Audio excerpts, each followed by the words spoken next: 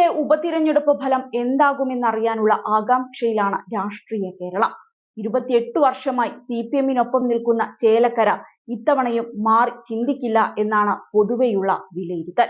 എന്നാൽ ലോക്സഭാ തിരഞ്ഞെടുപ്പിനേക്കാൾ പോളിംഗ് കൂടിയതും ലോക്സഭാ തിരഞ്ഞെടുപ്പിലെ മണ്ഡലത്തിലെ കണക്കുകൾക്കുമെല്ലാം ഒരു അനിശ്ചിതത്വം സൃഷ്ടിക്കുന്നുണ്ട്.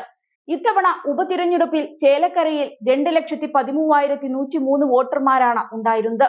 ഇതിൽ 1,50,575 പേർ വോട്ട് ചെയ്തു.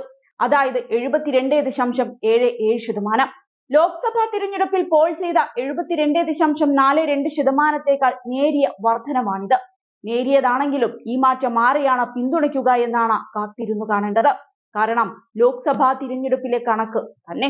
7 മാസം മുൻപ് നടന്ന ലോക്സഭാ തിരഞ്ഞെടുപ്പിൽ LDF-ന്റെ കെ രാധാകൃഷ്ണന് സ്വന്തം ബൂത്തിലും പഞ്ചായത്തിലും ലഭിച്ചത് UDF സ്ഥാനാർത്ഥി രമ്യ ഹരിദാസിനേക്കാൾ കുറഞ്ഞ വോട്ടാണ്.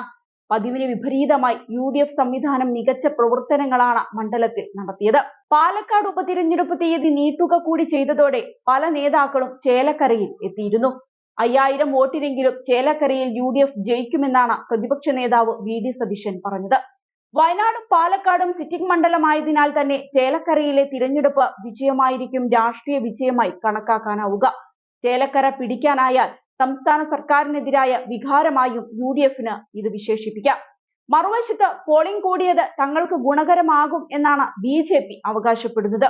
മണ്ഡലത്തിൽ പുതുതായി ചേർക്കപ്പെട്ട 10,000 വോട്ടുകളിൽ 7,000 വോട്ടുകളും തങ്ങൾക്ക് അനുകൂലമാകുമെന്നാണ് BJP നേതാക്കൾ പറയപ്പെടുന്നത്.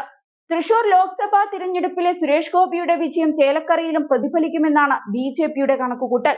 എന്നാൽ ഇരു മുന്നണികളുടെയും അവകാശവാദങ്ങൾ വോട്ടെണ്ണൽ ദിനം വരെ മാത്രമേ കാണൂ എന്നാണ് ഇടത് ക്യാമ്പിന്റെ നിലപാട്. 1996 മുതൽ രാധാകൃഷ്ണന് വിജയം സമ്മാനിച്ചിട്ടുള്ള മണ്ഡലമാണ് ചേലക്കര. ഇടക്കാലത്ത് രാധാകൃഷ്ണൻ മത്സരിക്കാതിരുന്നപ്പോൾ 2016-ൽ മത്സരിച്ച് വിജയിച്ച പ്രദീപാണ് ഇത്തവണ LDF സ്ഥാനാർത്ഥി. മണ്ഡലത്തിലെ വികസന പ്രവർത്തനങ്ങൾ വോട്ടായി മാറുമെന്നാണ് ഇടത് പ്രതീക്ഷ. അതേസമയം പാലക്കാട് മണ്ഡലത്തിൽ UDF വൻ ഭൂരിപക്ഷത്തിൽ വിജയിക്കുമെന്നാണ് വടകര MP-യും കോൺഗ്രസ് നേതാവുമായ ഷാഫി പറമ്പിൽ പറഞ്ഞത്.